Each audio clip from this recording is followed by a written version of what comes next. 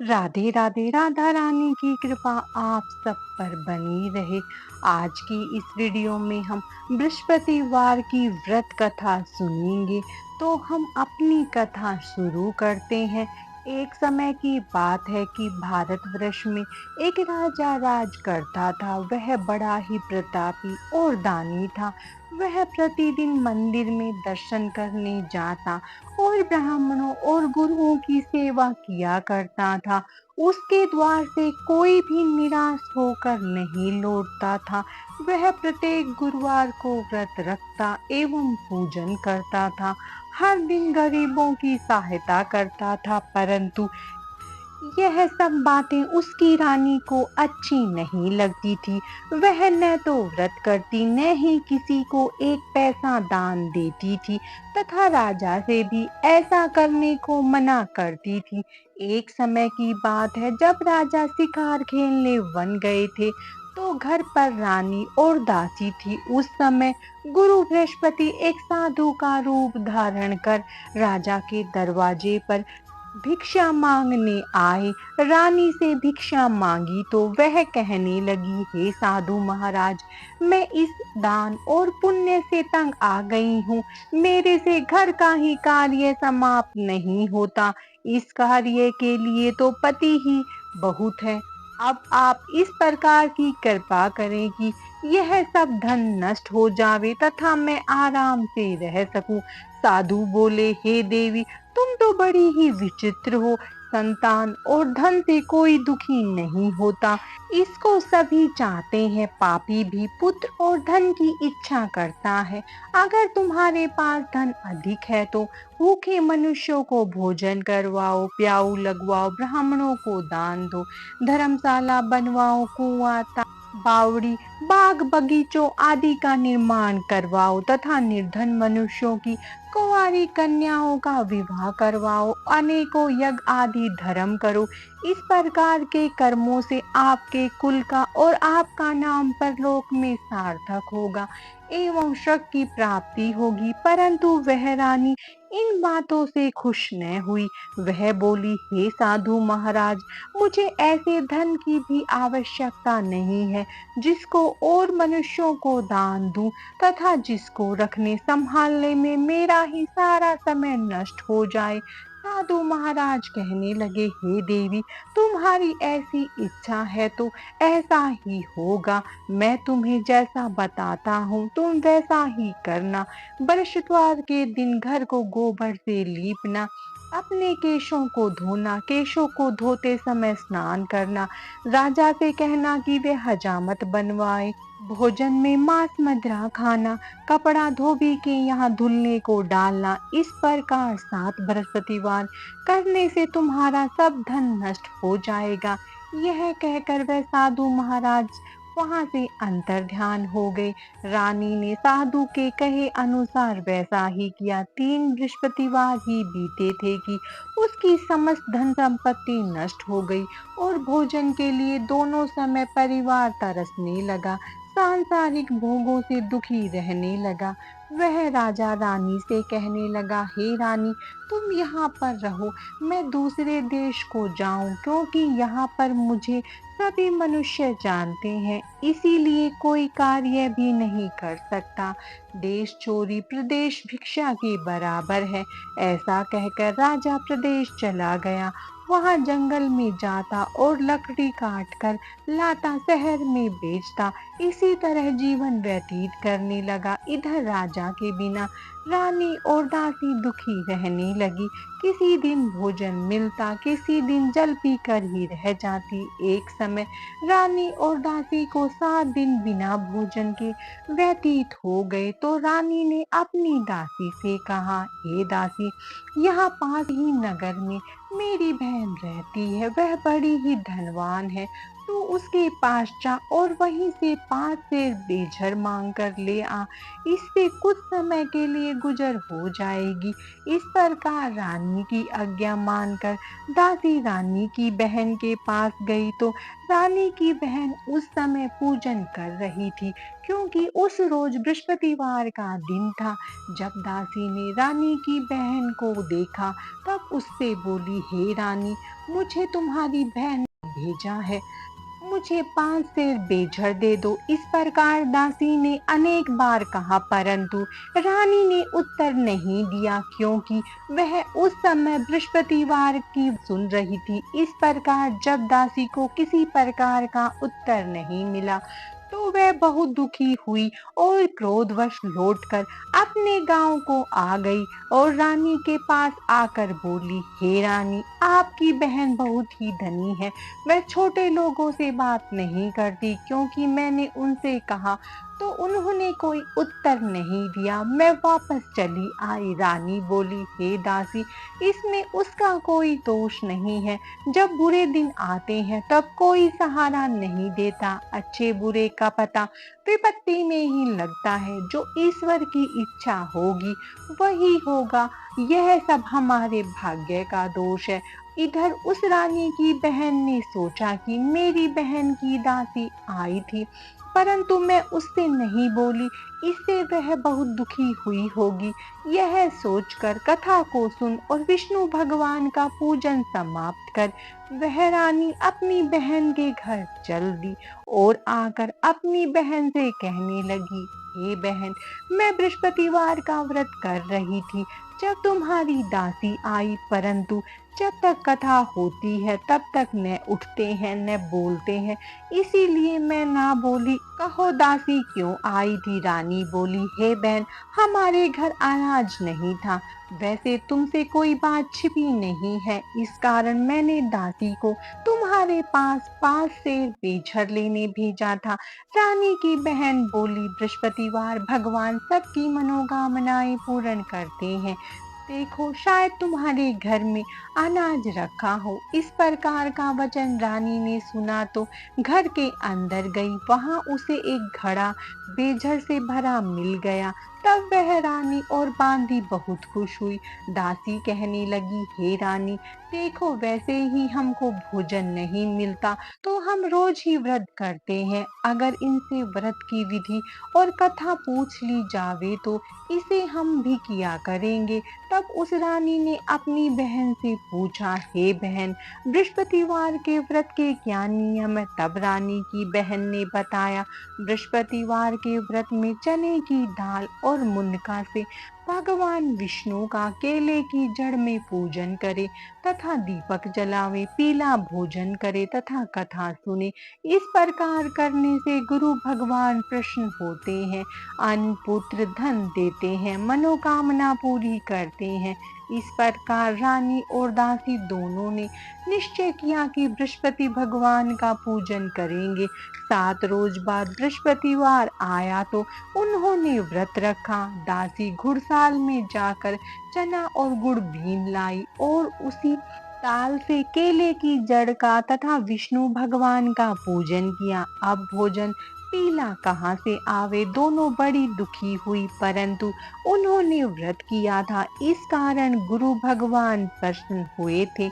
2 थालों में सुंदर पीला भोजन देकर आए और दासी को देकर बोले, हे दासी, यह तुम्हारे और रानी के लिए भोजन है, तुम दोनों भोजन कर लेना। दासी भोजन पाकर बड़ी प्रसन्न हुई और रानी से बोली, चलो रानी जी, भोजन कर लो। रानी को इस विषय में कुछ नहीं पता था, इसीलिए वह दासी से बोली, तू ही भोजन कर ले, क्योंकि तू हमारी व्यर्थ में हंसी उड़ाती है। दासी बोली कि एक महात्मा भोजन दे गए हैं।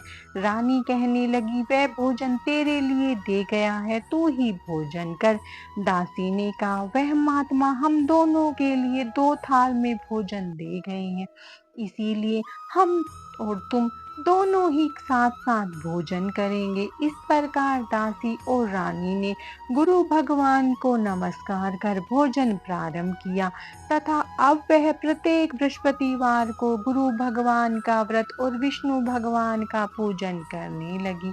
बृहस्पति भगवान की कृपा से रानी और दासी के पास धन हो गया। रानी फिर इसी प्रकार आलस्य करने लगी। तब दासी बोली, देखो रानी, तुम पहले इस प्रकार आलस्य करती थी और तुम्हें धन रखने में कष्ट होता था, इस कारण सभी धन नष्ट हो गया। अब गुरु भगवान की कृपा से धन मिला है, हमें दान पुण्य करना चाहिए। दान में भूखे मनुष्यों को भोजन करवाओ, प्याऊ लगवाओ, ब्राह्मणों को दान दो, कुआं, तालाब, बावड़ी आदि का निर्माण करो, मंदिर और पाठशाला बनवा कर दान दो, कुंवारी कन्याओं का विवाह करवाओ, धन को शुभ कार्यों में खर्च करो, जिससे तुम्हारे कुल का यश बढ़े तथा स्वर्ग प्राप्त हो और पितृ प्रसन्न हो। तब रानी ने इसी प्रकार के कर्म करने प्रारंभ कर दिए तो काफी यश फैलने लगा। एक दिन रानी और दासी विचार करने लगी, न जाने हमारे राजा किस दशा में होंगे, उनकी कोई खोज खबर नहीं है।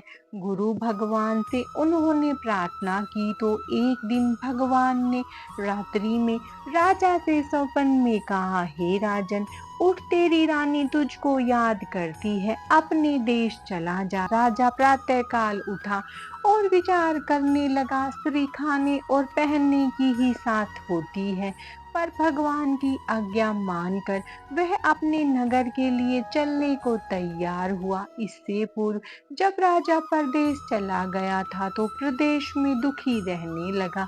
प्रतिदिन जंगल में से लकड़ी बीन कर लाता और उन्हें शहर में बेचकर अपने दुखी जीवन को बड़ी कठिनता से व्यतीत करता था। एक दिन राजा दुखी हो अपनी पुरानी बातों को याद करके रोने लगा।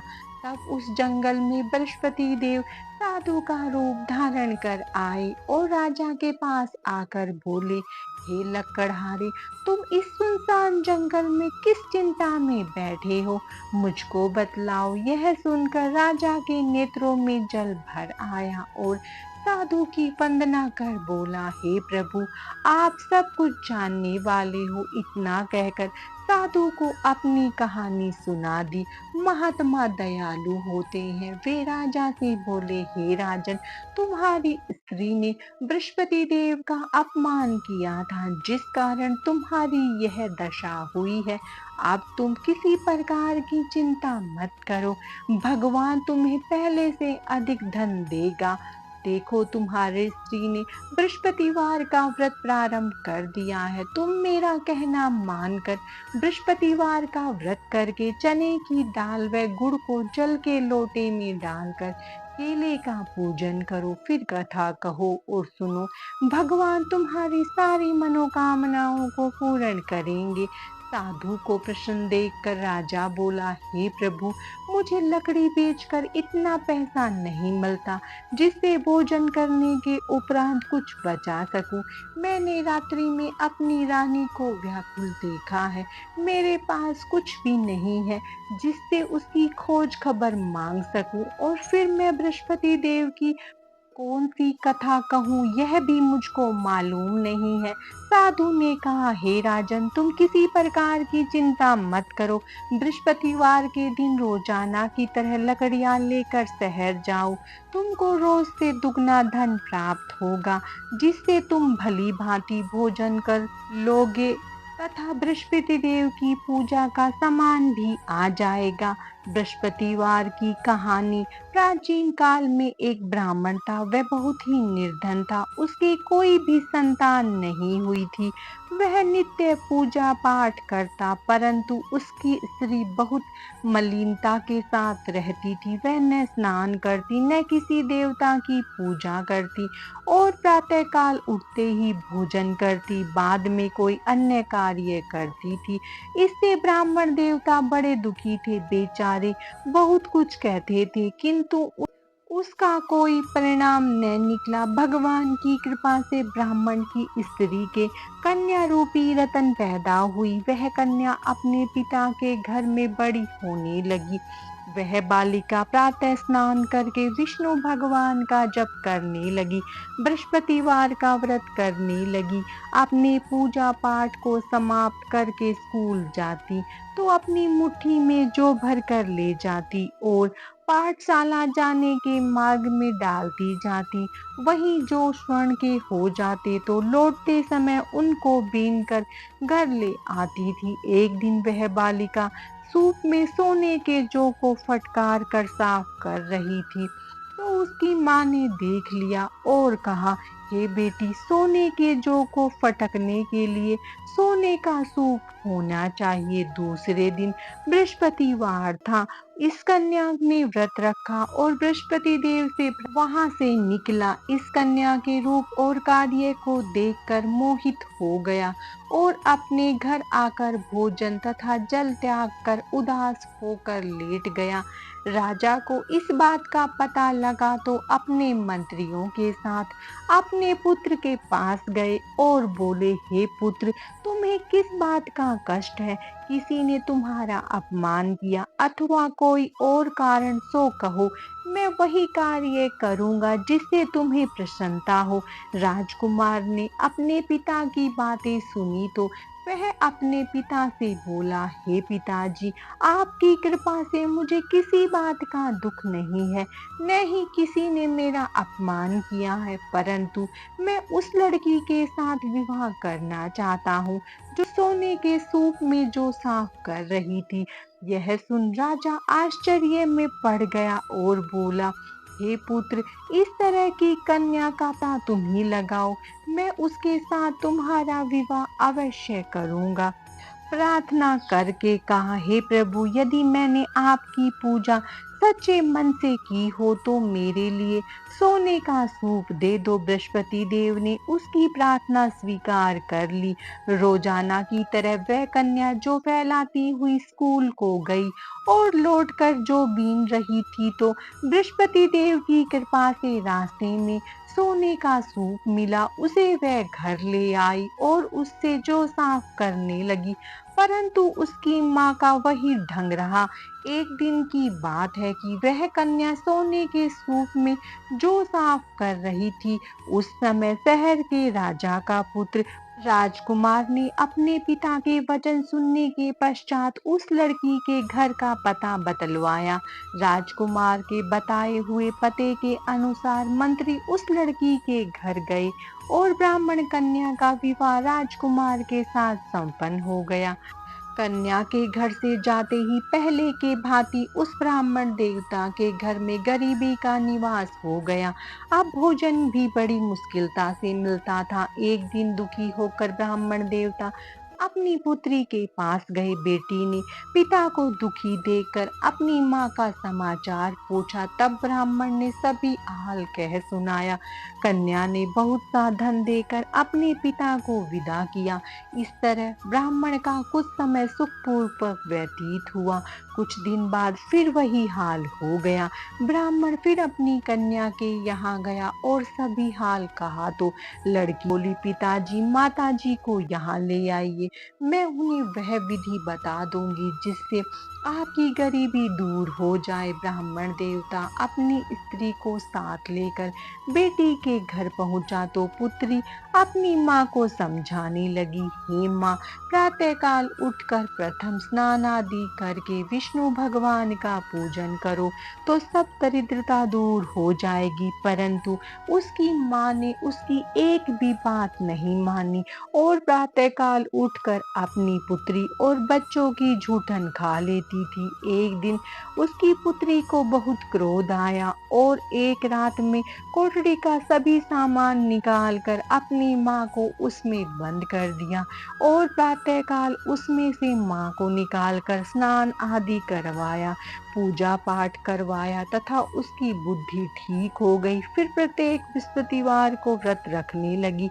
इस व्रत के प्रभाव से उसकी माँ भी बहुत धनवान और पुत्रवती हो गई। बृहस्पति देव की कृपा से सुख को प्राप्त हुई तथा ब्राह्मण भी सुखपूर्वक इस लोक में सुख भोग कर स्वर्ग को प्राप्त हुए। इस तरह कहानी कहकर साधु देवता वहां से लोप हो गए। धीरे धीरे समय व्यतीत होने पर बृहस्पतिवार का दिन आया तो राजा जंगल से लकड़ी काट कर किसी शहर में बेचने गया। उसे उस दिन और दिन की अपेक्षा अधिक धन मिला। राजा ने चना गुड़ आदि लेकर बृहस्पतिवार का व्रत किया। उस दिन से उसके सभी क्लेश दूर हो गए। परंतु जब दोबारा बृहस्पतिवार आया तो वह व्रत ही करना भूल गया। इस कारण बृहस्पति भगवान नाराज हो गए। इस दिन उस नगर के राजा ने विशाल यज्ञ का आयोजन किया तथा शहर में यह घोषणा करवा दी कि कोई भी मनुष्य अपने घर भोजन न बनाए और न ही आग जलावे। समस्त लोग मेरे यहाँ भोजन करने आवे। इस आज्ञा को जो नहीं मानेगा उसको फांसी की सजा दी जाएगी। इस तरह की घोषणा संपूर्ण नगर में करवा दी गई। राजा की आज्ञा अनुसार शहर में सभी लोग भोजन करने गए, लेकिन लकड़हारा कुछ देर से पहुंचा, इसीलिए उसको अपने साथ घर लिवा ले गए और ले जाकर भोजन करा रहे थे तो रानी की दृष्टि उस खूंटी पर पड़ी जिस पर उसने अपना हार लटका रखा था। वह वहां पर दिखाई नहीं दिया तो रानी ने हार की चोरी के अपराध में लकड़हारे को सिपाही बुलवाकर उसको जेल खाने में डलवा दिया। जब राजा जेल खाने में गया तो बहुत दुखी होकर विचार करने लगा, न जाने कौन से पूर्व जन्म के कर्म है जिसके कारण मुझे ऐसा दुख प्राप्त हो रहा है। फिर राजा उसी साधु को याद करने लगा जो जंगल में मिला था। उसी समय तत्काल बृहस्पति देव साधु के रूप में प्रकट हो गए और उसकी दशा को देखकर कहने लगे, अरे मूर्ख, तूने बृहस्पति देव की कथा नहीं की, इस कारण तुझे दुख प्राप्त हुआ है। आप चिंता मत कर, बृहस्पति के दिन जेल खाने के दरवाजे पर 4 पैसे पड़े मिलेंगे, उनसे तू बृहस्पति देव की पूजा करना, तेरे सभी कष्ट दूर हो जाएंगे। बृहस्पतिवार के दिन उसे 4 पैसे मिले। राजा ने उसी पैसे की सहायता से अपना व्रत और पूजन किया। उसी रात्रि को जब राजा सो रहा था तो बृहस्पति देव ने राजा के संपन्न में कहा, हे राजन, तूने जिस आदमी को जेल खाने में हार की चोरी के अपराध में बंद कर रखा है वह निर्दोष है, वह राजा है, उसे छोड़ देना। रानी का हार उसी खूंटी पर लटका हुआ, अगर तू ऐसा नहीं करेगा तो मैं तेरे राज्य को नष्ट कर दूंगा। राजा प्रातःकाल उठा तो रानी का हार खूंटी पर टंगा देखकर लकड़हारे को बुलाकर क्षमा मांगी तथा राजा को योग्य सुंदर वस्त्र आभूषण देकर विदा किया।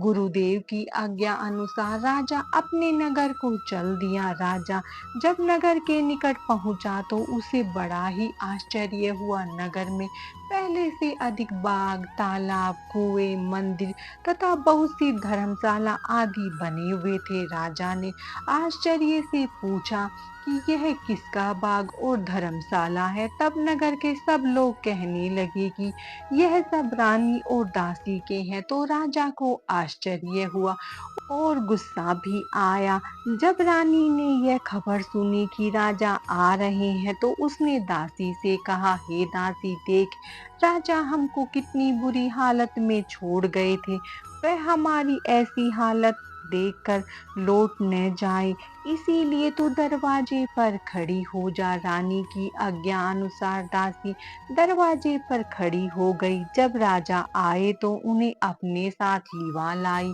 तब राजा ने क्रोध करके अपनी तलवार निकाली और पूछने लगा, यह बताओ कि यह धन तुम्हें कैसे प्राप्त हुआ। तब रानी ने कहा कि यह सब धन बृहस्पतिवार के व्रत के प्रभाव से प्राप्त हुआ है।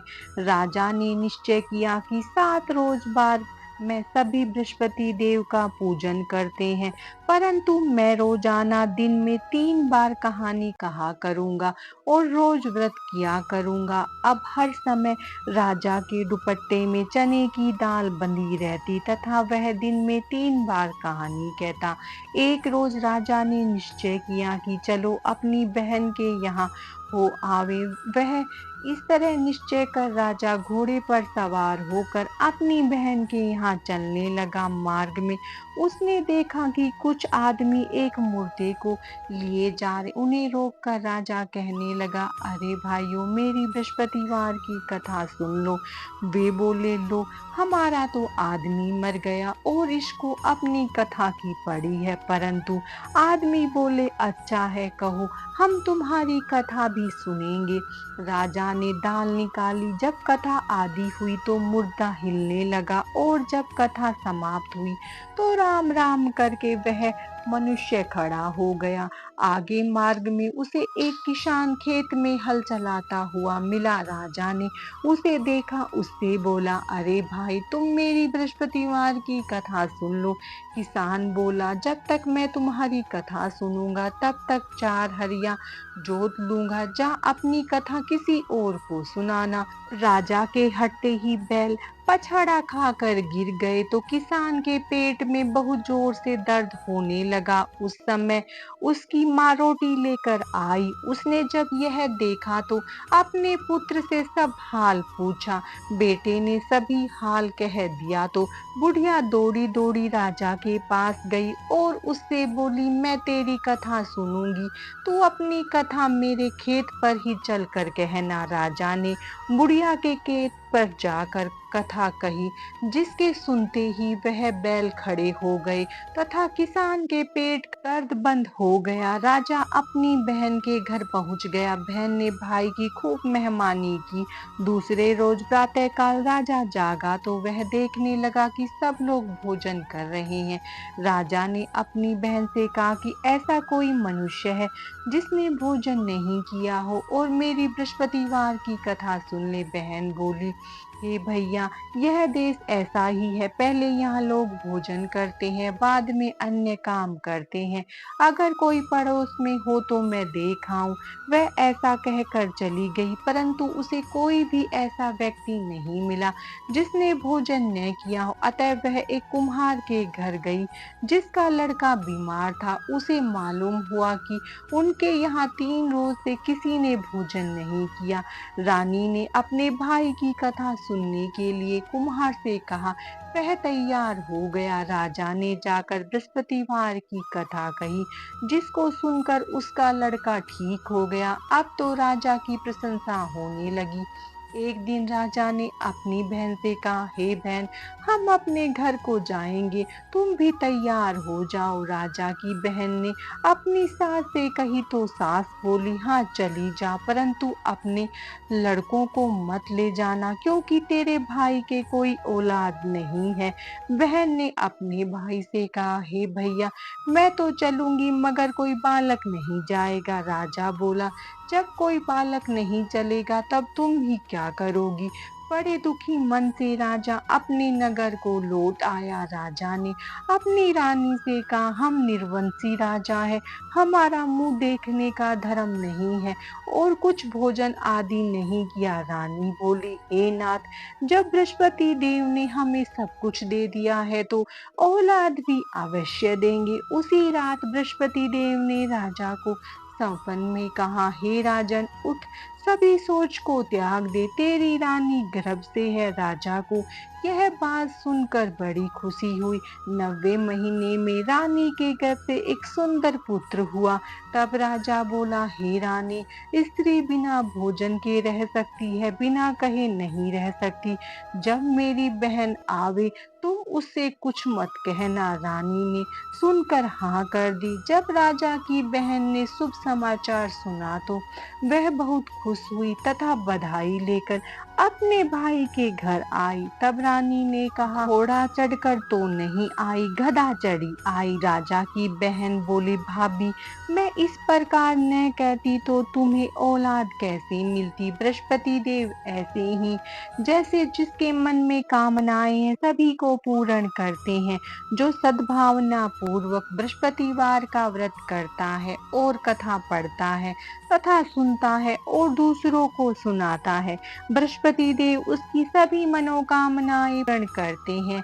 जैसी सच्ची भावना से रानी और राजा ने बृहस्पति देव की कथा का गुणगान किया तो उनकी सभी इच्छाएं बृहस्पति देव जी ने पूरी की। इसीलिए सबको कथा सुनने के बाद प्रसाद लेकर जाना चाहिए, हृदय से उनका स्मरण करना चाहिए और जयकारा बोलना चाहिए। बृहस्पतिवार व्रत की कथा समाप्तम। बोलो राधे राधे।